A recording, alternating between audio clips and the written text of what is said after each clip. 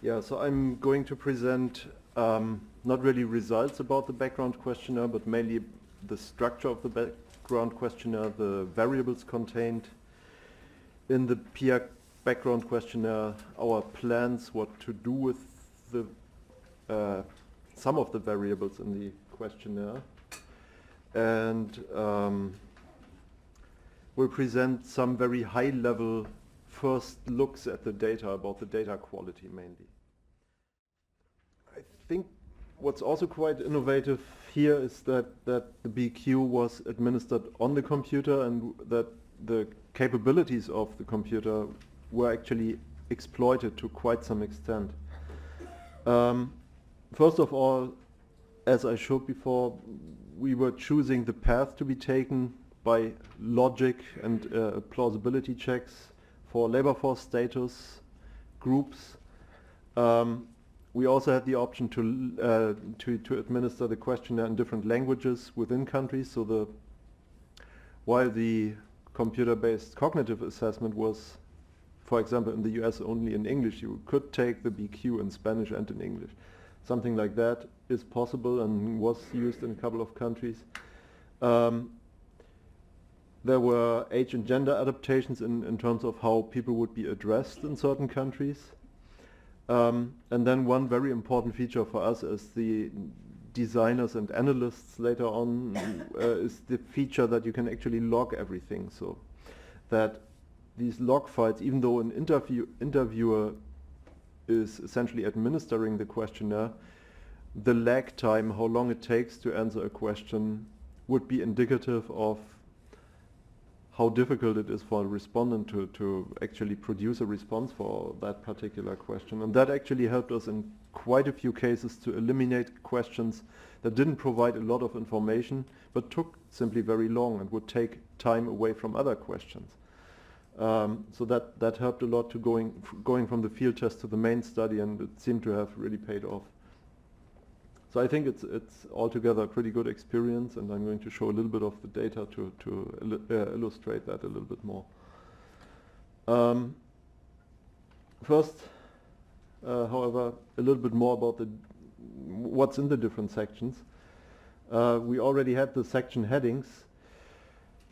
General information is really short. It's just age and gender, essentially, and a few other questions. Education and training is the highest qualification that will then be coded into ISCAT categories.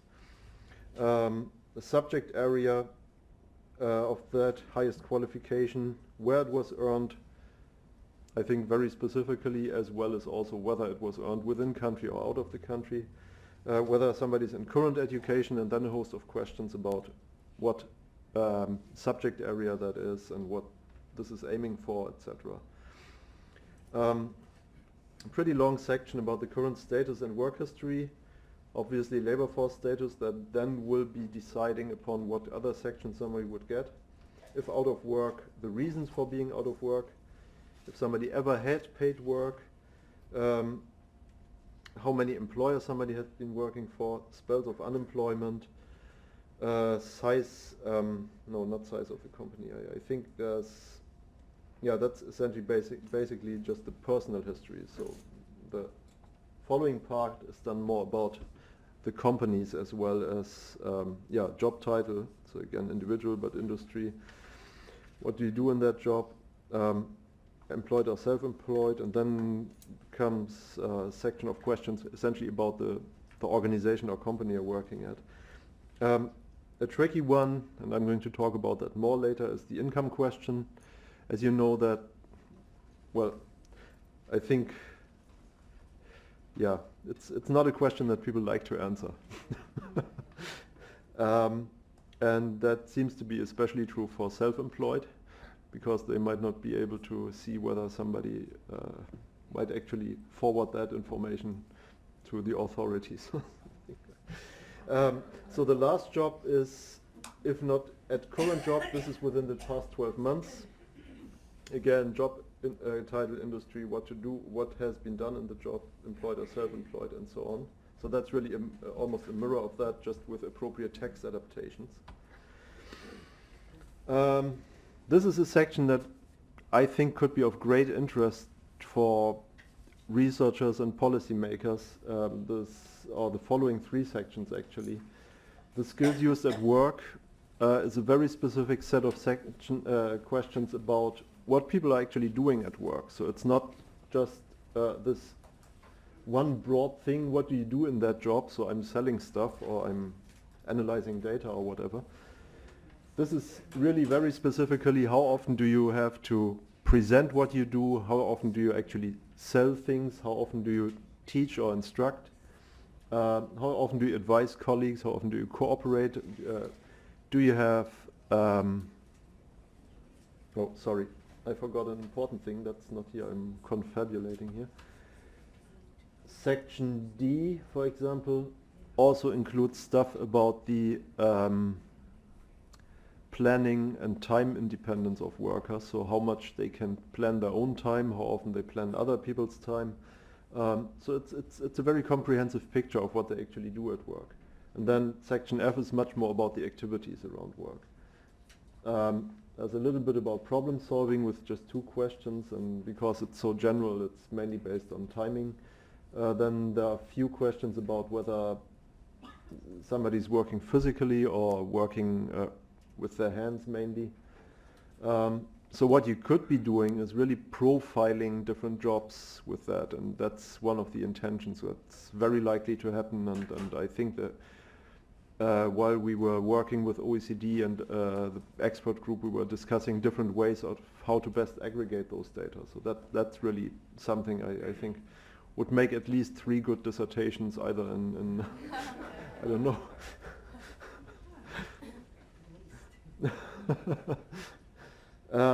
Okay, so the next section is about more broadly defined skills that mirror the cognitive assessment.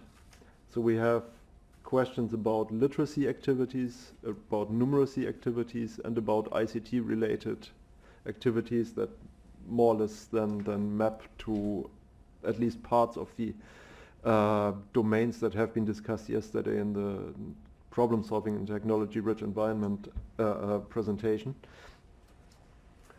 So there's something about how often do you read and what, essentially. What types of writing do you do? Do you write letters? Do you write memos? Do you write articles? What type of calculations do you do? From really basic calculations to quite complex things.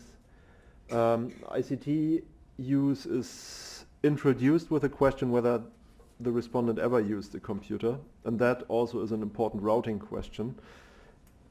And that will then also be followed up if somebody uses a computer with questions around what they do on the computer. And that would be for work. Essentially the same happens for everyday life, or here just for short at home. It's the same set of questions, just slightly differently phrased, just for activities at home or in everyday life. And just to maybe preview that a little bit, we had the experience that those scales work exceptionally well, so they can really be used to distinguish people who have high or low activities on those different domains and who do very varied things in terms of reading or literacy activities, or quite diverse things in terms of numeracy activities, as well as the ICT scale is also working quite well. Okay, section F finally is learning strategies, 5-6 questions around that. So I like to go to, I like to go into the nitty-gritty, or like to find out new things, stuff like that.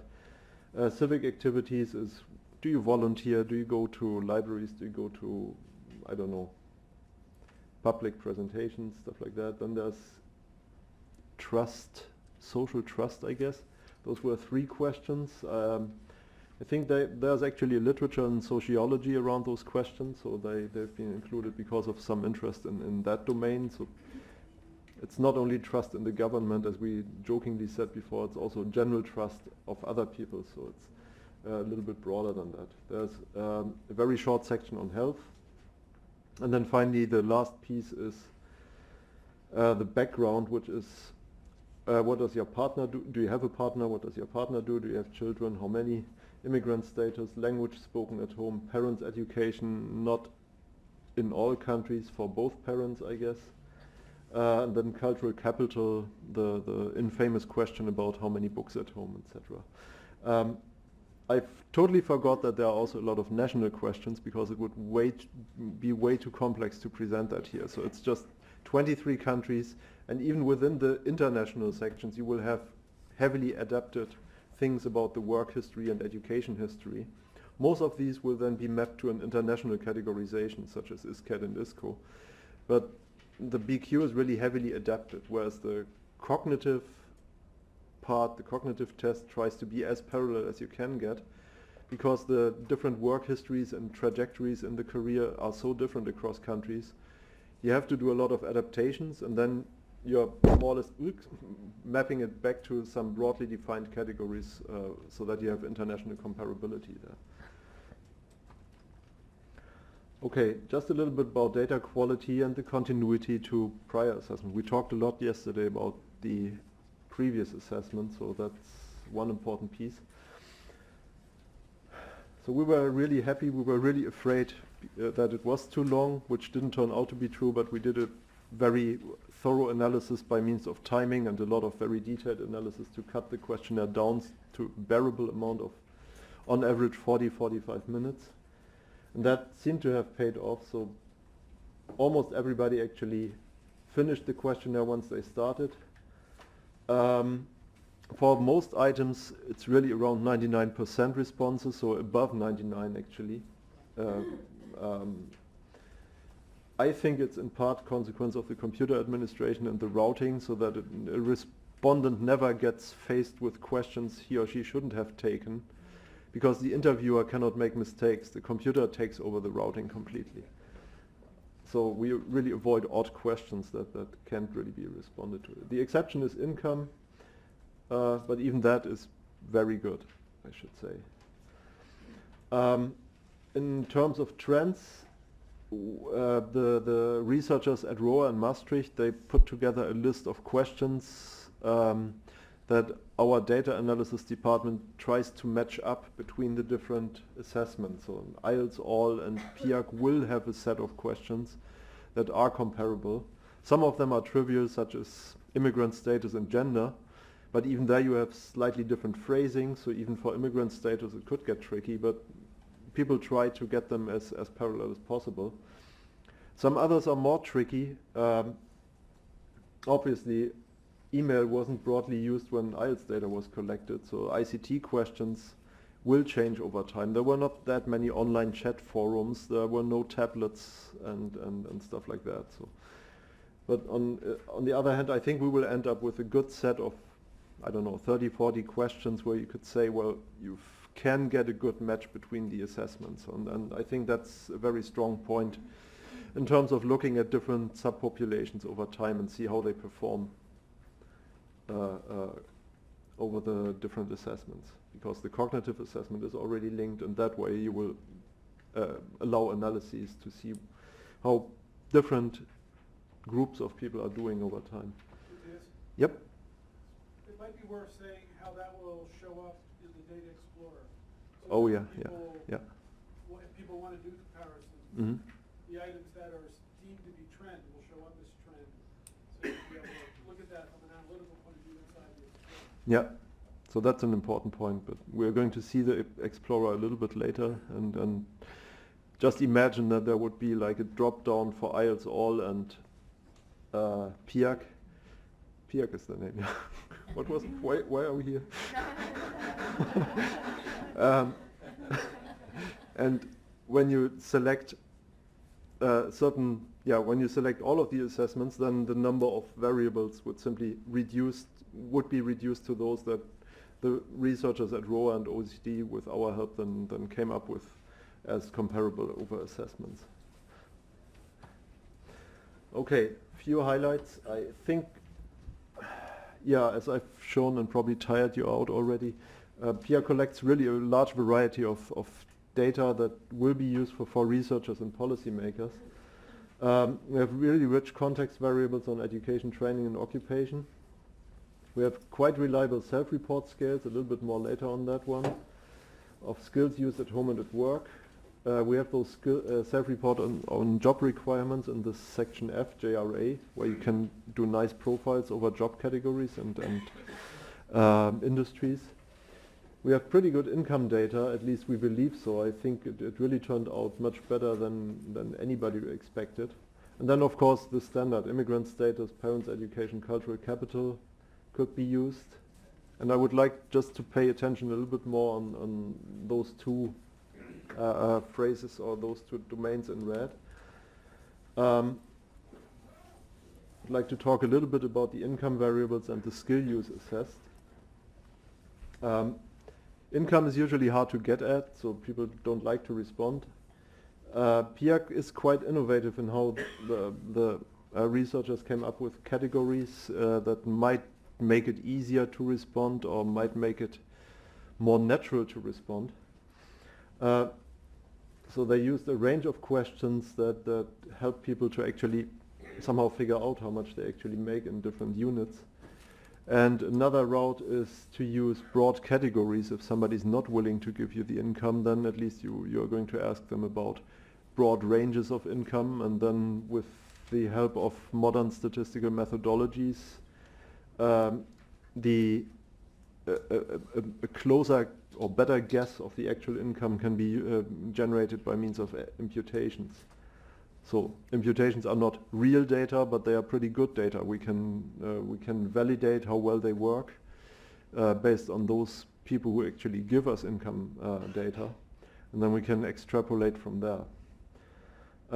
In terms of skill use at home and at work, I think these are quite interesting variables because you can view them as both as outcome variables based on your training, your education, and your activities at work, but you could also see them as predictors in terms of what are you using at work. Does that really tell us something about how well you perform on the cognitive tests, or even what you make in terms of income?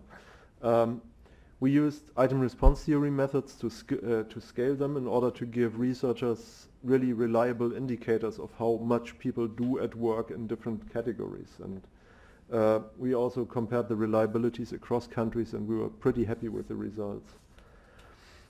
About the first example, income is really chronically underreported in surveys. So there's this National Health Interview Survey. I don't think it's much better today, but there are people who are writing about those things. They essentially call out this range of missing data on income variables, which is really high and really it wouldn't be a problem if that would be random, but it's not random. People who are self-employed don't like to report income, and people who earn a lot of money and people probably who earn very little money tend not to report income. So there's a problem. In PIAAC, we have quite a big range of questions. So there are questions around what's easiest to report for you. Is it the annual income? Is it the monthly income? Is it an income per piece? Do you make things and sell them by piece? Do you get hourly wages and how many hours? And do you get extra tips, bonuses? So the interviewee will be asked what's the easiest way to report instead of just asking them how much do you make. And that helps a lot. And when they say I don't know or I'm not comfortable doing that, then they are asked whether they are willing to respond in broad categories, which are quintiles that are defined by country. So there's an income range within each country, and that those questions are adopted so that it's appropriate for each country. And that helped. We are really happy. This is a first look. Of course, the final data might look slightly different, but only 3.5% were... Thanks. Only 3.5% of all people across those 22 or 23 countries we had back then were reporting those broad categories with a slight variation. So, but no country really produced more than 6 or 7% in broad categories. precise earnings were reported by 90.6%, almost 91%, compared to usually only 80 to 50% who would be reporting. And altogether, then by means of those broad categories and the precise earnings together, we get an average across countries of 94%, which is really good. And again, those broad categories are not that useful by themselves, even though they are useful for tabulation. So the researchers at ROA developed a model how to predict the exact income more or less well based on the broad categories, and then other variables such as occupation, industry, age, experience, training, so that will allow us even to support the data even more. And then I think we can live with 6% not reported, so that's really good. Yeah, the skill use is another topic that we believe will spur quite a bit of interest in terms of research. There's, for example, reading at work. I'm just calling out one scale here and then talk about the scales in more general terms. Reading at work is, for example, reading instructions or directions, and then people are asked, do you never do this? Do you do this once a month? Do you do this every week, or less than more than once a month but less than once a week? Do you do this every week, or do you read directions and instructions every day? So they get those show cards, and the good part about this is those categories are the same across countries, and you don't ask people, do you often read or do you always read instructions? You really give them temporal anchors, and that makes it really comparable across countries, because often and never and always mean different things across countries, as we found out. So even never means different things across countries.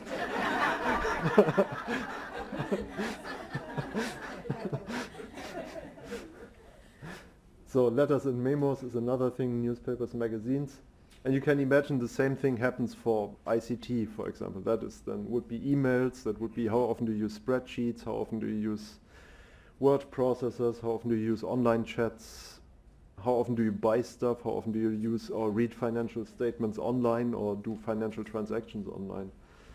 So those questions are pretty straightforward, and the nice part is they are not only pretty straightforward to maybe develop and write, but they also seem to be forming a pretty consistent picture of the number of literacy related activities or the frequency and intensity of literacy related activities that somebody actually does in everyday life or at work. And I'm reporting here some reliabilities. This is a quality measure of a test essentially. The maximum reliability would be 1. Everything above 0.75 I would say is useful. Everything above 0.6 is okay. 0.8 is really good. And usually you don't get this with short scales. Usually you need longer scales to achieve those values. And we're very happy here to say that even across countries, in brackets you see the more or less a measure of variation across countries. It's really small. Even across countries we get pretty high values consistently. So we have very reliable, for the length of the scale, very reliable indicators of how active the respondents describe themselves in those different areas.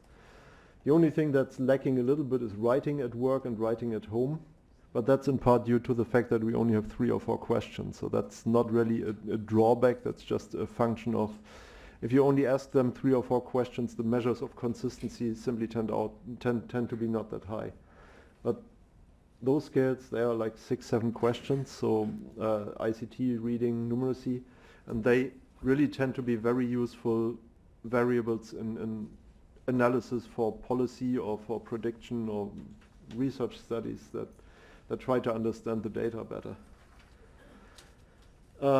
Same for the home questions, sometimes a little bit lower because there maybe the questions get at quite varied activities, but the general picture stays the same, so the reliability is quite satisfactory and it's very consistent across countries, and those questions seem to be very much comparable across countries, so that's a very good point, I guess. So that's something that a psychometrician finds really exciting.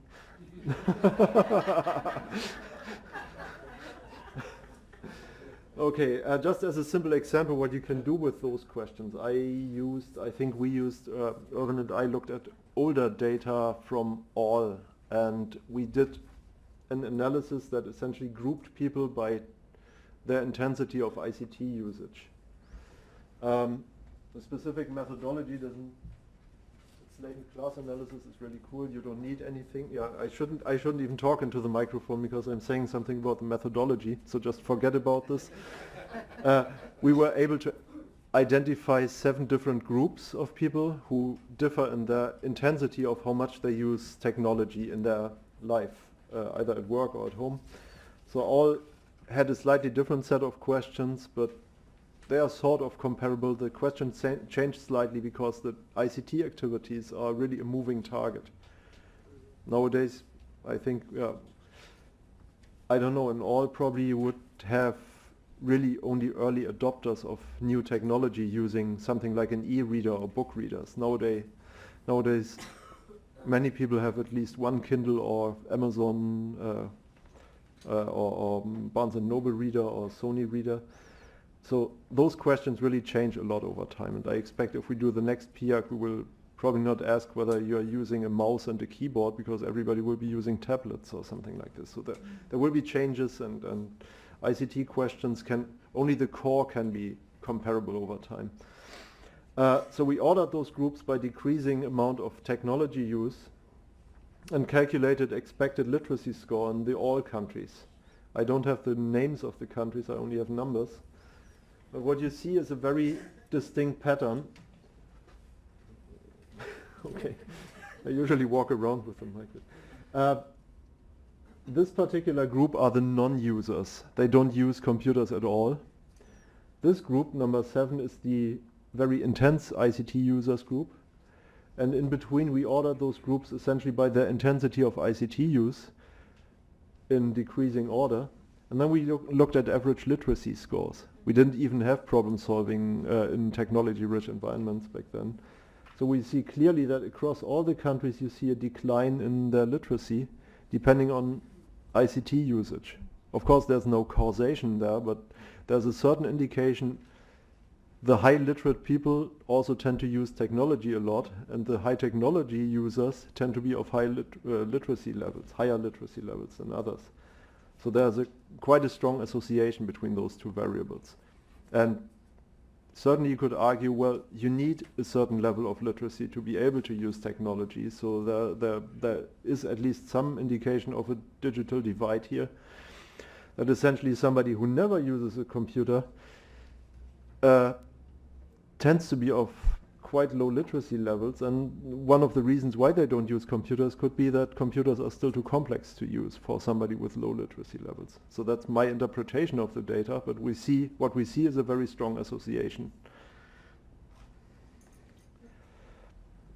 Okay, so that was pretty much it. I think we really have good database. We're pretty excited, but we're also pretty exhausted because it's really a complex task to analyze all those data. Even in the BQ, which I think we wanted to be very careful about this, we tried to be very careful about this, and I think we succeeded to have a lot of questions and scales that are quite comparable across countries.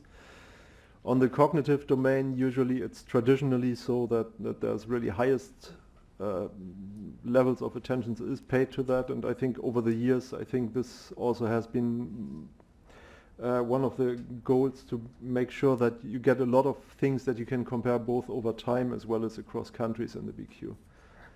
And I think we can use the data really for quite a few interesting studies, and doing some of the multi-level approaches to see whether, depending on either different countries or different domains within a country, whether you see systematic differences across those groups. And those profiles of skills used as well as activities at work can be, I think, quite instructive in terms of how different industries and occupations change, and how people who are in the job versus the people who are not in that particular job really differ. and that might help really, in terms of policy making and maybe reducing or increasing social mobility and reducing the access to certain industries and occupations.